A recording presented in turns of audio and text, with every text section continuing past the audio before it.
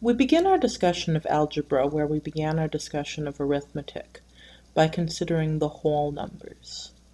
Now the whole numbers are just the usual ordinary positive numbers without a fraction part. So 0, 1, 2, 3, and so on. Right, there are small whole numbers, there are big whole numbers. 12,387,512,305, still a whole number. And there are a couple of ways that we think about the whole numbers.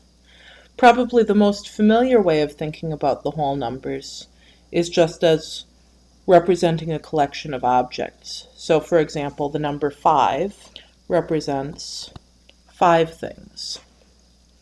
And that way of thinking about the whole numbers is actually quite useful. But it's not the only way of thinking about the whole numbers. We can also think about the whole numbers as points on a number line.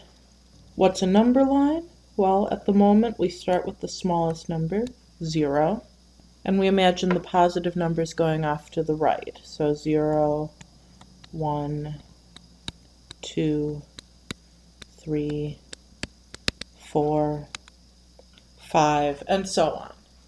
We could extend further off to the right and draw numbers as large as we wanted to. We can imagine the number 5 then as representing this point here. One of the things I want you to notice on the number line, the distance between each two whole numbers is the same. And we call that distance a unit. So each whole number represents 1 unit of distance on the number line. That understanding of the whole numbers as points on the number line, that's going to actually make us a lot of progress, but we can do even better than that. We can also understand whole numbers as vectors. Now this word vector might be an entirely new word to you.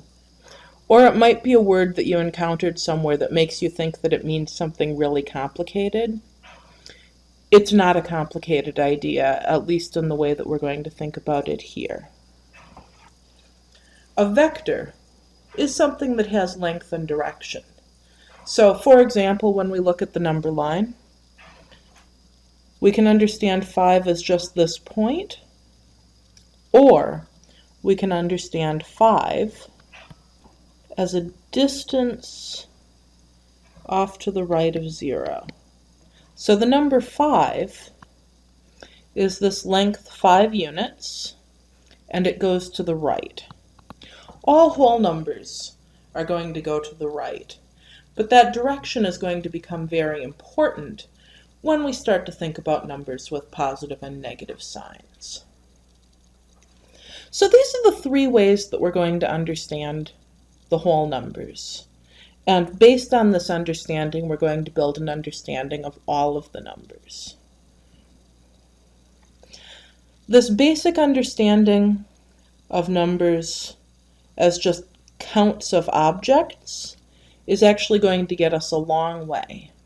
But these more complicated understandings of numbers as points on the number line, or as vectors, that is, lines that have a length and a direction, are going to help us as we go to build our understanding of more complicated sorts of numbers.